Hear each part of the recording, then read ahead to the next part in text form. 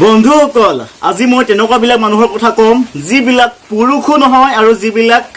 মহিলাও নহয়। আজি তেনেকুৱাবিলাক মানুহৰ বিষয়ে কথা পাতিম যিবিলাকে আজি কয় নিজকে পুৰুষ বুলি কয় আৰু যিবিলাকে কয় নিজকে মহিলা বুলি কয়, কিন্তু আচলতে সিহঁতে পুৰুষো নহয় আৰু মহিলাও নহয়। আজি বন্ধুসকল আজি আপোনালোকক তেনেকুৱা মানুহৰ লগত পৰিচিত কৰাই দিম আৰু তেনেকুৱা মানুহৰ বিষয়ে আজি আপোনালোকৰ লগত অলপ আলোচনা কৰিম। গতিকে বন্ধুসকল ভিডিঅ'টো শেষলৈকে চাব আৰু যদি মোৰ চেনেলত কোনোবা নতুন বন্ধু-বান্ধৱী আহিছে তেন্তে চেনেলটো সাবস্ক্ৰাইব কৰিব নাপাহৰিব আৰু কাষত থকা বেল আইকনটো প্ৰেছ কৰিব নাপাহৰিব। বন্ধুসকল ভিডিঅ'টো আৰম্ভ কৰাৰ আগতে মই কেইটামান ভিডিঅ' আপোনালোকলৈ আগবঢ়াইছো। ভিডিঅ'কেইটা চাওক আৰু আপোনালোকে ভাবক আৰু কি কৰা যায় আৰু কেনেকৈ ধৰণে কোৱা যায়। মই এওঁলোকৰ ওপৰত কিছুমান কথা ক'ম, আপোনালোকে সেইটো শুদ্ধ নে ভুল আপোনালোকে বিচাৰ কৰিব আৰু আপোনালোকক মই ভিডিঅ'টো আগবঢ়াইছো, আপোনালোকে ভিডিঅ'কেইটা চাওক।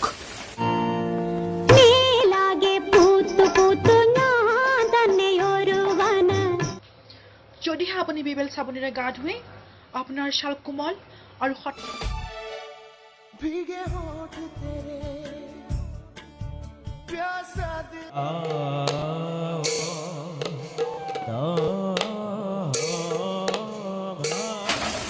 বন্ধুসকল আচলতে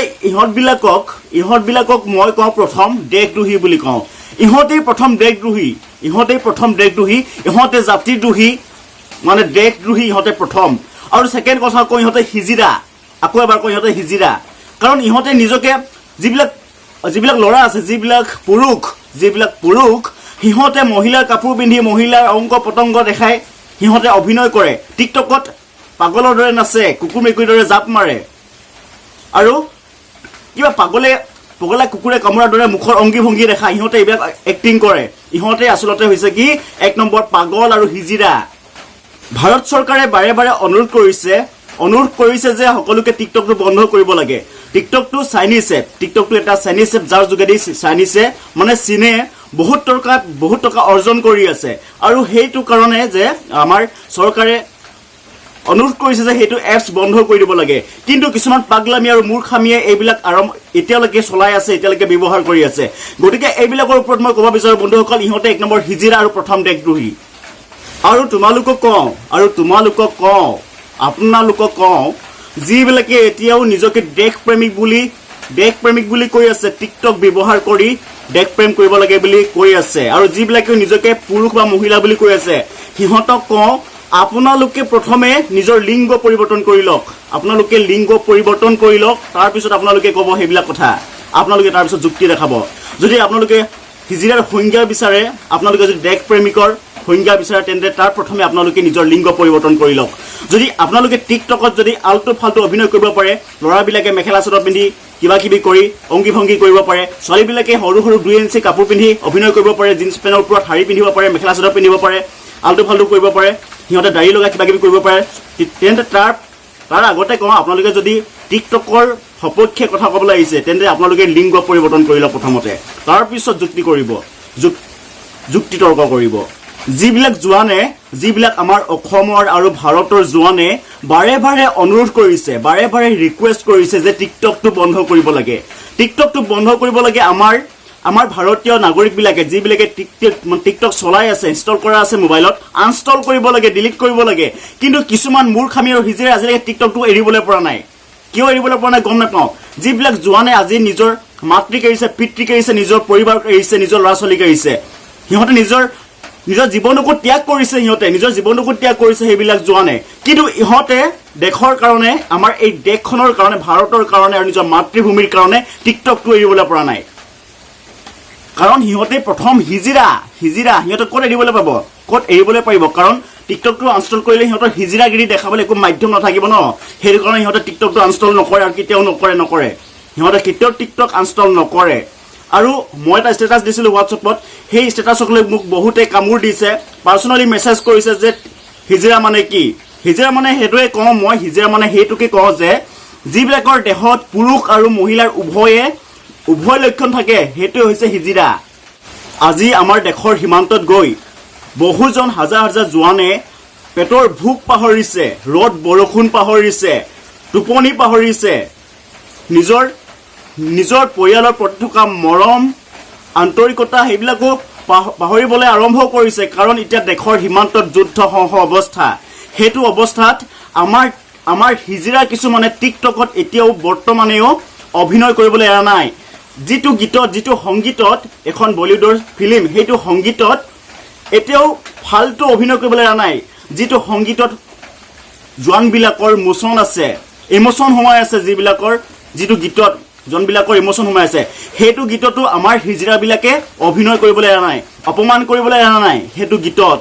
সেইটো গীতক লৈ এজন জোৱানে অনুৰোধ কৰিছিলে টিকটকটো বন্ধ কৰিব লাগে কিন্তু আজিও এইবিলাক হিজিৰাই টিকটক চলাই আছে जैन दोस्तों पहले तो आप सभी लोग ये वीडियो देख ले मैं वापस आऊंगा लिखो कब आओगे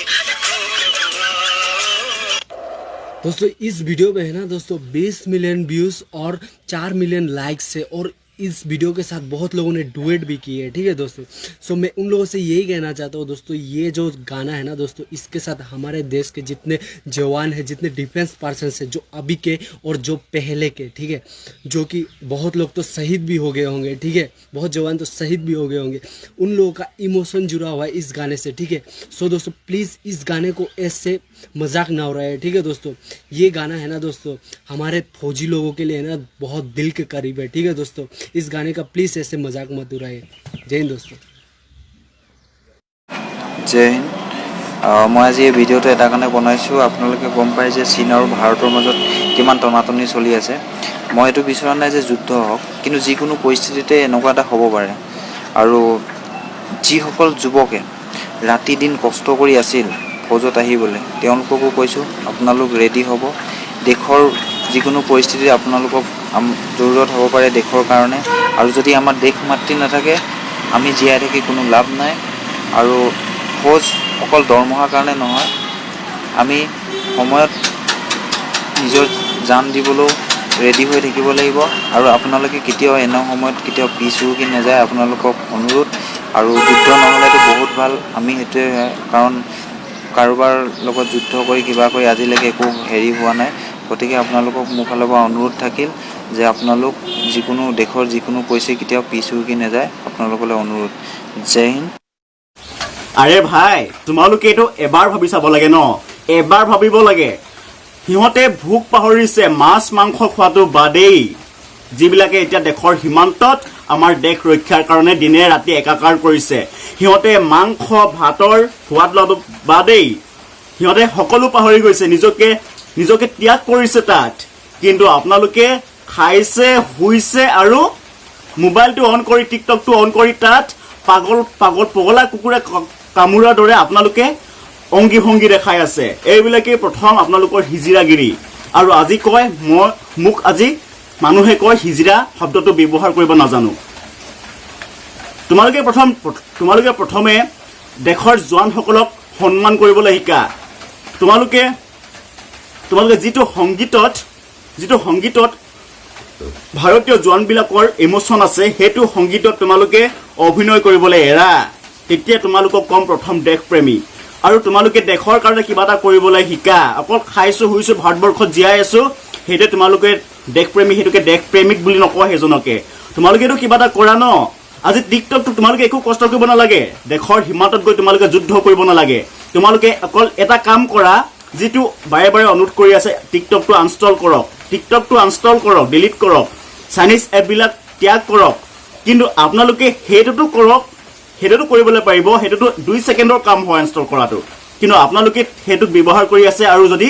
আমি যদি কবলৈ লওঁ টিকটকৰ বিৰুদ্ধে যদি কবলৈ লওঁ আপোনালোকে আমাক ক'ব কি বেয়া আমি একো নাজানো আমি মূৰ্খ অজ্ঞানী আপোনালোকে হেবিলাক নামে আমাক নামাকৰণ কৰিব